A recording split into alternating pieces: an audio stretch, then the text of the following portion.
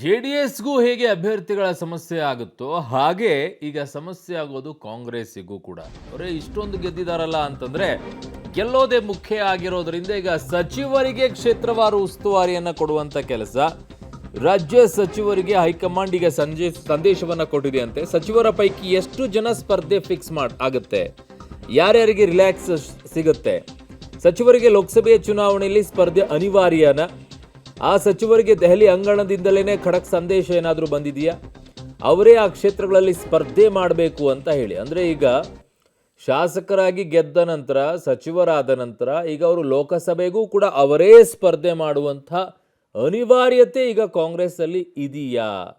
ಇದು ಬಹಳ ಚರ್ಚೆಗೆ ಎಡೆ ಮಾಡಿಕೊಡ್ತಾ ಇದೆ. ಸೊ ಈಗ 20 ಟಾರ್ಗೆಟ್ ಇಟ್ಕೊಂಡಿದೆ ಕಾಂಗ್ರೆಸ್ಸು. ರಾಜ್ಯದಲ್ಲಿ 20 ಕ್ಷೇತ್ರ ಗೆಲ್ಲುವಂತಹ ಕನಸನ್ನು ಕಾಂಗ್ರೆಸ್ ಕಾಣ್ತಾ ಇದೆ. ಸೊ ಹಾಗಾಗಿ ಅಭ್ಯರ್ಥಿಗಳ ಕೊರತೆ ಕಾಣಿಸಿಕೊಳ್ಳುತ್ತಾ ಇದೆ.